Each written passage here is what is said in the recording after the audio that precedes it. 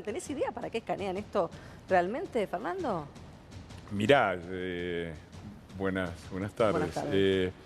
Mirá, una cosa, puedo hacer suposiciones. Desde Conjetura. luego es una dirección hacia la que se está moviendo toda la ciencia, ¿no? Claro. Big Data, la acumulación de Ahí datos está. y la relación entre lo biométrico y las computadoras. Digo, la hipótesis de los cyborgs, es decir, de los seres humanos con implantes cerebrales, me da miedo, o que Netflix. desde simplemente, bueno, se está experimentando a mover cosas con Pensarlo sistemas nada más, ¿no? implantados, simplemente Sí. con Ahora el pensamiento. Está claro Sí. que nos estamos moviendo en ese. Ahora, ¿qué tiene que ver eso acá? La verdad que No, es una presunción, sería pero irresponsable de mi parte. lo que sí es una realidad es la necesidad de la gente de tener plata. Eso me Bueno, parece que es eso insoslayable.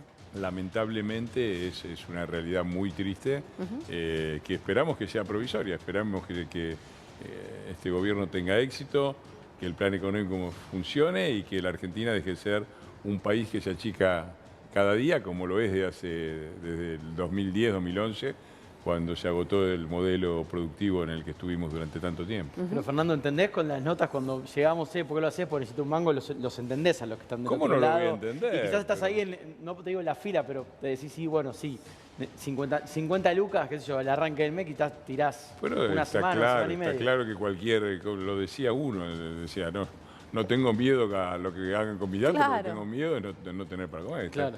Está claro que la urgencia y la necesidad son muy grandes y predominan con respecto al otro. Obviamente uno trata de tener cuidado con los datos, pero Claro.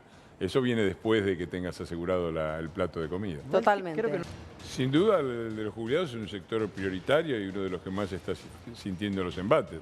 Pero vos haces bien en recordar de dónde empieza esto. Claro. Yo era diputado cuando, con la excusa de que las AFJP cobraban comisiones muy altas, le pegaron un manotazo en el 2008, se quedaron sin guita y le pegaron un manotazo a la caja jubilatoria, y la gente que llevaba 14 años por una ley del propio peronismo aportando jubilaciones privadas, se quedaron con esa plata. El gobierno, que la usó para financiarse comprando acciones del Estado y bonos del Estado y todo eso, mientras todos esos jubilados, que eran millones, pasaban obligatoriamente a comer en el mismo plato que comían todos los demás. A eso se le sumaron 3 millones más de gente que no había pagado aportes y que lo sumaron al mismo Compra plato. moratoria. Bueno, no yo alcanza también- la comida para todos. Eso. bueno, yo lo que había que hacer, en todo caso con las FJP, es bajarle las comisiones, pero respetar O los contratos que reformularla. se habían hecho. Porque Claro. vos recordás que se le había preguntado a la gente que tenía jubilaciones privadas Si quería- se quería pasar al estatal. Bueno. Y el 80 y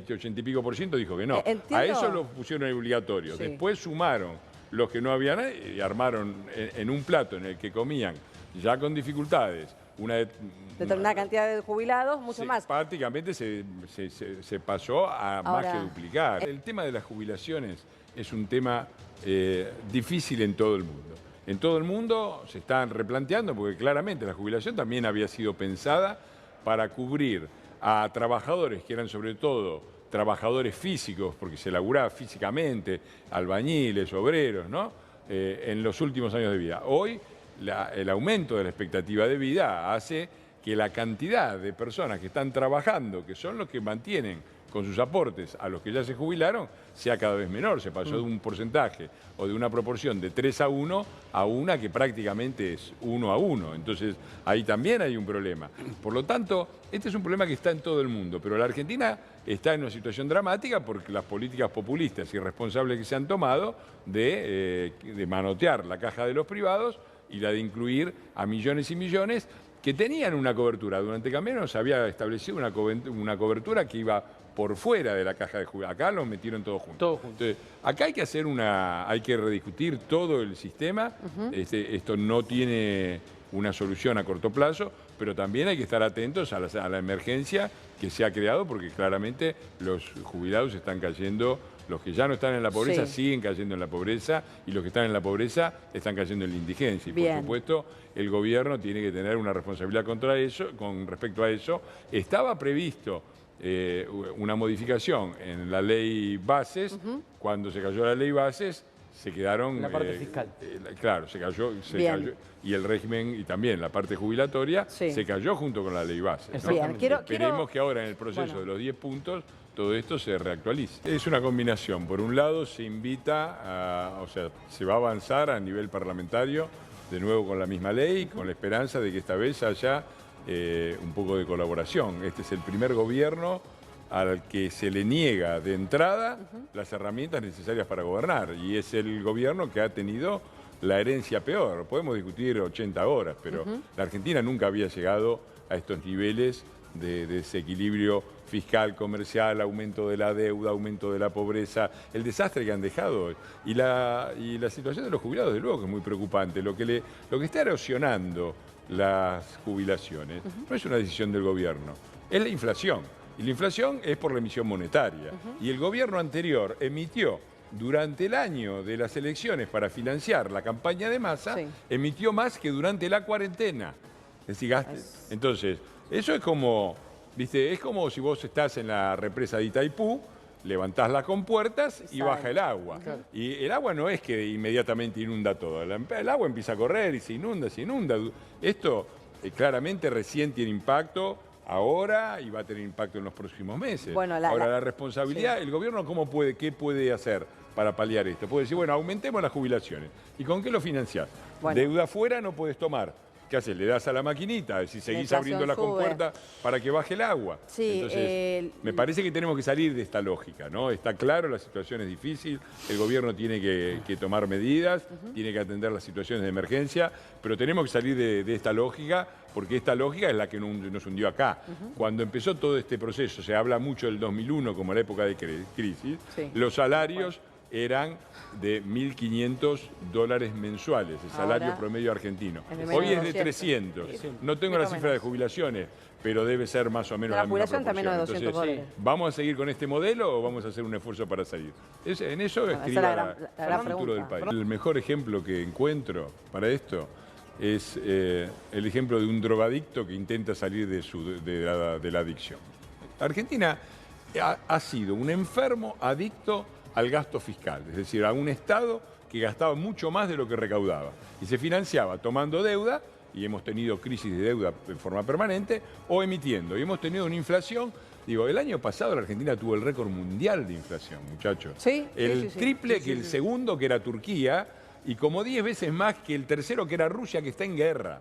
Entonces, el problema es la inflación. Y la inflación es por el gasto fiscal. Y la Argentina es un adicto al gasto fiscal, porque todo lo solucionamos así. Vamos a darle a los jubilados, démosle a la maquinita y le damos a los jubilados. Y seguimos. Bueno, si queremos más droga, no salimos más de la adicción. Y por supuesto que cuando vos cortás con la droga, un adicto no la pasa bien. Es abstinencia. Tiene crisis de abstinencia y te pide que vuelvas a la droga. Esa es la decisión que tiene que tomar Argentina. ¿Queremos volver a la droga? Bueno, de ahí no vamos a salir más y va a ser siempre peor. Fue un poco lo que pasó también, yo me permito recordarlo, con el gobierno de Cambiemos. Parecía que los últimos 2 años habían sido difíciles, se había hecho un gran esfuerzo, pero se llegó al 2019 con las cuentas equilibradas, después de un gran esfuerzo, no del gobierno, de los argentinos. Y ahí decidieron, no, volvamos al asado, que nos llenen la heladera. Que no pasó. 4 años después, no te llenaron la heladera. No tenemos asado. Te dijeron asado, te dieron polenta, se acabó la polenta y ahora tenés que arrancar de mucho más atrás. ¿Vamos a volver a la droga o vamos a seguir haciendo un esfuerzo? Esa es nuestra decisión. Yo creo que se puede hablar desde la historia, lo que no se puede hablar es desde la ignorancia. Los 40.000 millones de dólares que menciona son alrededor del 10% de la deuda total. El gobierno, en 2015, el gobierno anterior dejó una deuda de 240.000 millones de dólares, el gobierno kirchnerista de Cristina, y yo no estoy hablando con datos concretos que cualquiera puede verificar. Deuda bruta, nacional, datos oficiales, gov.ar, lo buscan, lo googlean, lo encuentran. Los 40.000 millones de dólares, todo el mundo puede verificar en qué se utilizó. Se utilizó en pagar deuda anterior. Y la prueba es muy fácil. En 2017 no se había tomado ningún crédito del FMI y la deuda desde el 2017 hasta el 2019, fin de nuestro gobierno, en el medio se tomó la deuda del FMI, la deuda argentina no creció. ¿Por qué no creció? Porque la deuda que se tomó del FMI, 3-4%, se utilizó para pagar deuda anterior que venía del gobierno anterior, que estaba al 7% en dólares. La deuda ni se fugó, ni desapareció, ni nadie sabe dónde está. Se utilizó para pagar deuda anterior. Y el gobierno que más se endeudó y que más aumentó fue el gobierno de Alberto, que recibió a un país en equilibrio fiscal, 0,4% de déficit primario, es decir, prácticamente nada. Por supuesto, lo volvieron a llevar a 4 o 5%, lo multiplicaron por 10 y así se volvieron a endeudar con más de 100.000 millones de dólares. Esto solo en dólares, más la deuda que armaron con las LELIQ. Entonces, cuando se habla de las cosas, hay que dejar de repetir consignas huecas, cuando se la fugaron toda la deuda que aumentó. La verdad es que no hubo, la única fuga que hubo es la que se llevaron los corruptos kirchneristas, que la tienen toda guardada. Esa sí está bien documentada y va a salir en los tribunales. Mirá, no yo, todo el bloque del PRO ha apoyado claramente, y los dirigentes vos como del representante, PRO, obviamente. desde el bloque que conduce Ritondo a Mauricio Macri o Patricia Bullrich, que forma parte del gobierno, nos hemos manifestado siguiendo lo que ha votado la gente y lo que ha votado nuestros propios votantes, ¿no? Es un 56% de los argentinos, una diferencia de 12 puntos con respecto al candidato oficialista. Y ese 56 está hecho del 30% que sacó Milei, más el 24% que sacó Patricia y algún voto más. Es decir, hay una voluntad de cambio en la Argentina que nosotros queremos acompañar. Desde luego que no es un cheque en blanco. Y desde luego que hay cosas que uno critica o que nos parece mal o que podemos... O quizás uno, vos de tu punto de vista lo haría distinto, ¿no? Déjame decírtelo así. ¿Vos cómo haces cuando compras un auto? Yo cuando compro un auto primero me fijo el motor, las gomas, los frenos, el embrague. Las puertas. Bueno, lo fundamental. Después me fijo si está el color que más me gusta, los espejitos retrovisores, ¿no? si el tablero no sé qué cosa. Bueno, acá lo fundamental de este gobierno es una voluntad de cambio muy fuerte que encarna Milei y que nosotros acompañamos. Y nosotros, por supuesto, estamos dispuestos a... Lo que ha pasado con la ley ómnibus, nosotros hemos aportado mejoras, hemos hecho una propuesta con respecto justamente a jubilados. Propusimos, por ejemplo, que la educación sea un servicio esencial y que, por lo tanto, los chicos y los padres de los chicos, que son el sector más débil del sector educativo, no son los docentes, son los chicos que van a las escuelas estatales y sus padres los más débiles. Yo, de hecho, he hablado hace poco con el presidente también, he propuesto una ley de reforma de las asociaciones sindicales que el presidente ha tomado y que ha lanzado en su discurso del viernes. Digo, nosotros punto fuerte del discurso.